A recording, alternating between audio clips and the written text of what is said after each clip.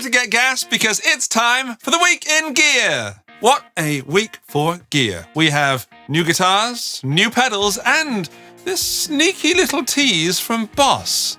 I wonder what it could be. I have no more information about whatever that Gen 3 thing is. None at all. No idea when it's being released, and definitely can't say anything else because I don't know.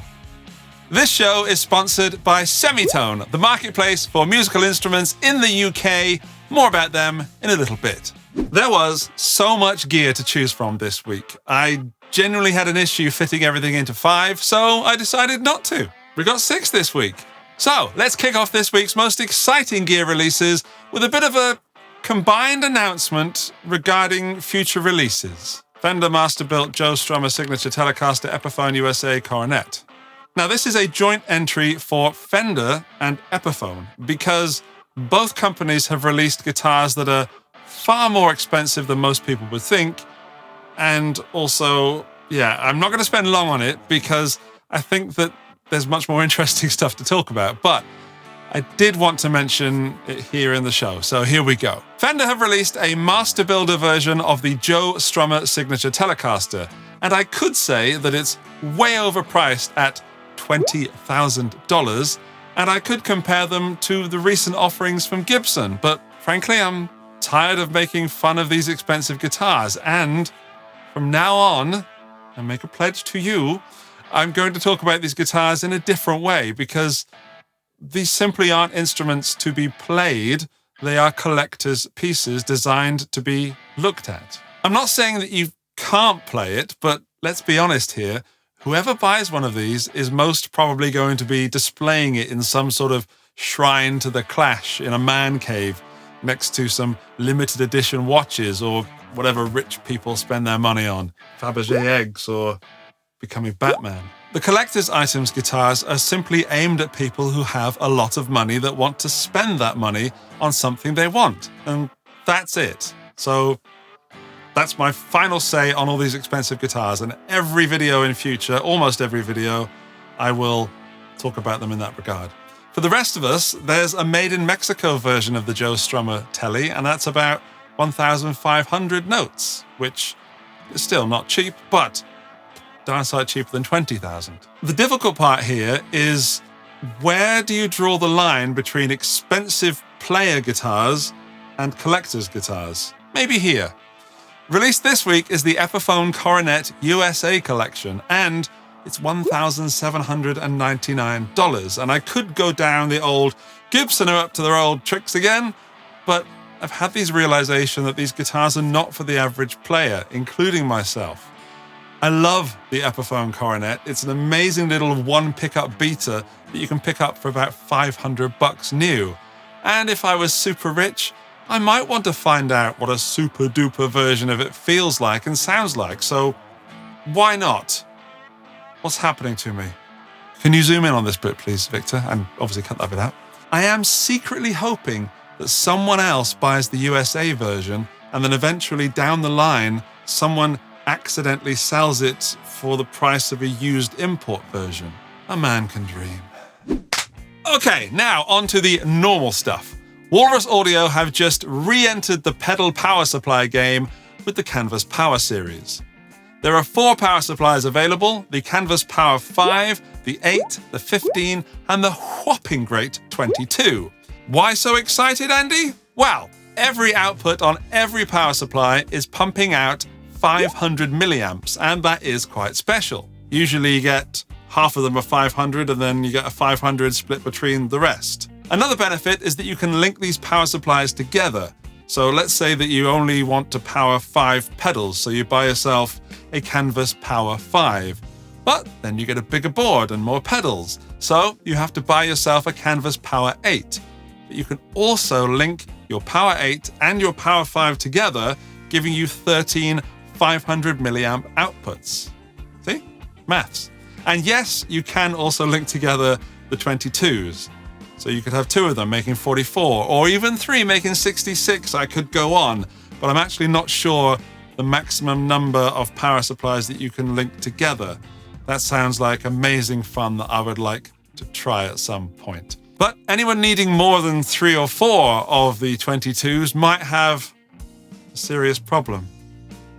One of the outputs on the 5 can be switched between 9, 12, or 18 volts, and the rest of the supplies have 2 of those switchable outputs. Each canvas power supply also comes with a 1.5 amp 5 volt USB-C output. The future, or the future's now, everything should be USB-C.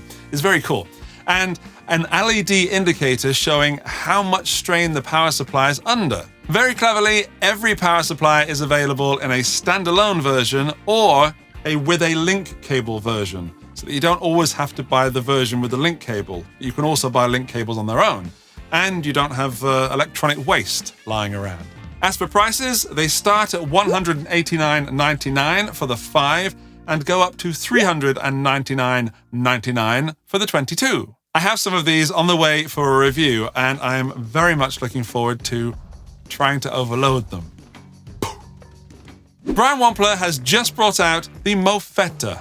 Brian Wampler has just brought out the Mofetta, a smooth yet fiery overdrive and distortion pedal with MOSFET clipping for authentic tones. And yes, I took that straight from the Wampler website. It's based on the Ibanez Mostortion from the 90s, but of course it has Brian's little jiggery pokery and trickery. The MT10 Mostortion retains the low to mid gain voice from the original and includes the 3-band EQ. But what makes this different, apart from the fact that you can actually buy these and they're not super expensive like the original, is that this has a texture switch, which introduces MOSFETs into the pedal's overdrive section, because people thought that because it's called Mostortion, distortion came from MOSFETs, but actually they came from clipping diodes in the original. But this one you can do the clipping diodes and or the MOSFETs. I'm not actually sure if it's and or. Regardless, it's got MOSFETs in it. The MT10 Mostortion promises amp-like gain, and it's built in the US, and it's available now for just under 200 notes. I used to own a Mostortion and, got rid of it because that's what we do with pedals, right? And I see them now available for about $400. So this being about half of that makes absolute sense. And if you've got a Mostortion right now, whoops, or maybe yay. I have a lot of love for what Brian does and his circuit designs and him as a person. And I feel connected with him because he seems to be part nerd and part renegade crazy person. And I'm looking forward to trying this pedal at some point. Before we get to number 3 on the list, it's now time to talk about this week's sponsor, Semitone. Semitone is a UK-based online marketplace for new, used, and vintage instruments, but has buyers, sellers, and listings from all over the world. You can find everything from pristine 1960s Fender Strats through to artist gear owned by the likes of Noel Gallagher, Megadeth, and The Darkness. What about this Marshall modern vintage that was toured by Slash? So Slash is actually played to this amp. It's going to cost you around €6,000. Make an offer on what could be something fairly collectible. If you filter by electric guitar, you can find some amazing stuff. And what I found exciting is come up first is this vintage 1994-95 Strat 54 reissue made in Japan. That is going to be a fantastic guitar, and it's only €1,179. Again, make an offer. Are you into SG guitars, but you just wish they had a dragon on them? Well, this one's €389, and it looks opulent. Wow. So those are my highlights from the Semitone website, but if you'd like to take a look yourself, go to SEMITONE.APP. I'll put a link in the video description and first comment. On with the show! Welcome back, and this is the part where I say, if you're enjoying this weekly show, consider the subscribe button and the thumbs up, so that more people can see it in the future. Thank you! There's something weird at number 3 this week, but not weird for the reason you might think. The EVH SA126, according to EVH, is a hybrid between a semi-hollow and a solid body guitar. And I don't know what that means. Does that mean it's half semi-hollow? I don't know. Let me know. It's got a slim neck with jumbo frets and high output pickups. The body is chambered mahogany with a basswood center block, or basswood, because some people pick me up on the fact that in the UK we say basswood and in America you say basswood. Anyway, you can say either. It's a free world. You can do anything. Doesn't matter. As long as no one gets hurt. Anyway, the neck is also mahogany and an ebony fretboard and those lovely block inlays. And as for the electrics, they have brand new EVH 126 humbuckers in them, which have been designed by Tim Shaw at Fender, I believe, amongst other people. They've got 2-volume, 2-tone, and a 3-position toggle. The SA126 is available in 4 colors: transparent purple, tobacco burst, stealth black, and matte army drab. And quite frankly, I don't know which one is my favorite, but it's either the matte army drab or the luxurious transparent purple, which is so weird because they're so different. But I think a lot of people are going to go for the tobacco burst. It looks classic. As a guitar, I think they look superbly balanced, and it is apparently the brainchild of Eddie's son, Wolfgang.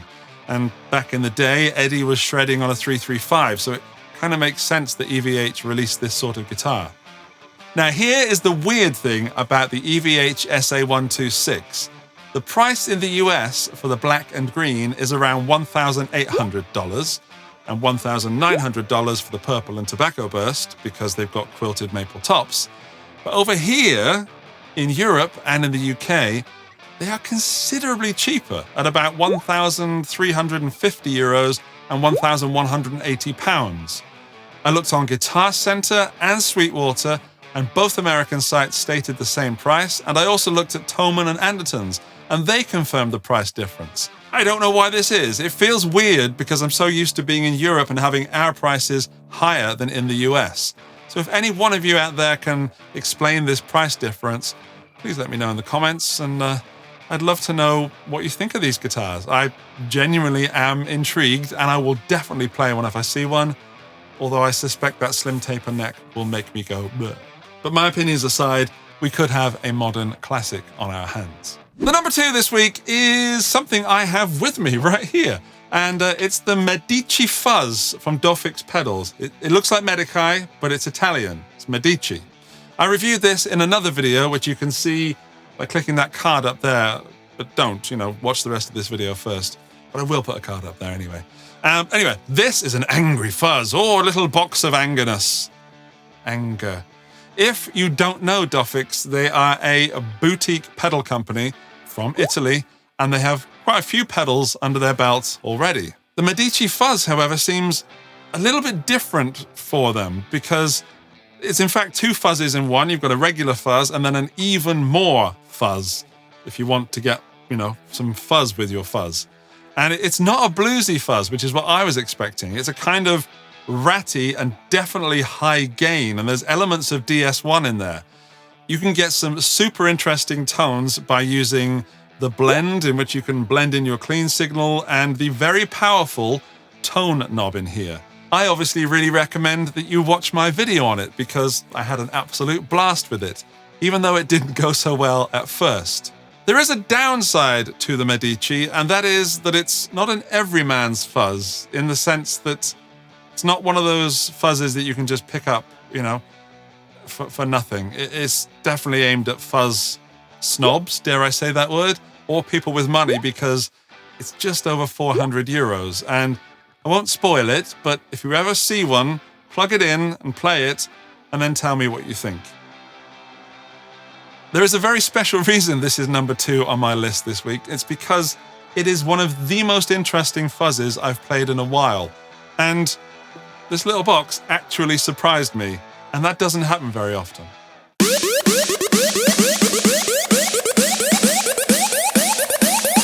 Andy's Pick of the Week! My pick of the week is not a single thing, but a collection of things from 3 different companies: Benson Amplifiers, JHS Effects, and Keeley Effects. I need a drink. In collaboration with Sweetwater and the band, there is now a collection of official Beach Boys effects to coincide with the release of the Disney Plus documentary on the Beach Boys. There's the Benson Amps Surfs Up Tube Spring Reverb and Optical Tremolo unit, which is a 6v6 power tube unit designed to give you all the surfiness you need. And these are coming in at just over $2,000, and they're limited to 66 units. Benson Amps promised that the unit has less ticking than the usual optical tremolo, which will be very welcome in this studio, and that you can blend 2 spring reverb tanks together. JHS have brought the Good Vibrations and the Punchline bass station. The Good Vibrations is a 60s style chorus and vibrato with an old school bulb-driven circuit for adding just a little bit of wobble or thickness, psychedelic thickness, full on. The bass station is a studio-grade VCA bass compressor, a drive section, an amp sim, and an EQ and mastering center designed to recreate a vintage-sounding bass amplifier recorded in the studio. Thirdly, Keeley Effects have the California Girls and the I Get Around. The California Girls is a 12-string simulator pedal that adds octave effects with chorus and slapback echo.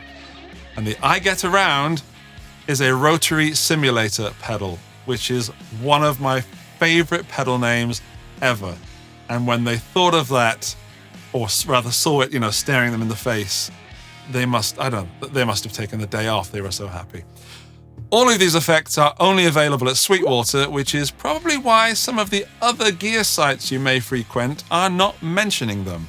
And then this is my pick of the week, because not of the sounds they create, which I'm sure are fabulous, but I'm just excited by these 3 giants of the music world coming together to make something special. I can't claim to be a massive fan of the Beach Boys, but every summer I hear them and I wish that I had more time dedicated to listening to them, and then would want to move to California. But I think these effects are as much collector's items as they are built to recreate those classic sounds. It seems just fun to me, and yes, there are other effects pedals that can do similar things sonically, but if you're a Beach Boys fan that plays guitar, or you like to reamp microphone signals through pedals, then this is obviously a no-brainer for your collection. I'm not sure of anyone outside of the Beach Boys fandom and whether they have a limited sort of scope, appeal. Anyway, I just really enjoy this as a coordinated release, and I am really looking forward to the documentary coming up soon, which means I need to renew my subscription because I only have Disney Plus for The Mandalorian. My final thoughts is that if you need a way to officially sound like the Beach Boys, this is the way. Thank you to the wonderful people that support this show on Patreon. Their names are on screen now. I remembered not to look left because you're going to blur me out. And also, thanks to the lovely people showing their support right here on YouTube. Their names are coming up on the screen now. If you're wondering, well, how do I get my name up there on screen? All you have to do is click the join button right here on YouTube or visit my Patreon link in the video description. Now, here's a special thanks to the top tier members, and I'm going to try and read all these names in one breath. Sarang Narayan, Southern Panda 33, Andrew Morgan, Dustin Bonney, Gary O'Neill, Doug Paget, Alinta Boston, Boom Shakalaka, Dirk. This prank is officially sponsored by Jason Welch, Buzzle, Michael Lerner, Buddha Blue, Hugh G. Rection, Pop's Place, April Kurtz, Johnny McBadminton. Thank you, top tier members. Right, go take a look at what Semitone has to offer by following the link in the video description. There's a subscribe button, you know what to do with that. And if you have a different pick of the week, why not comment it down below? And I'll see you in the next one. Bye-bye!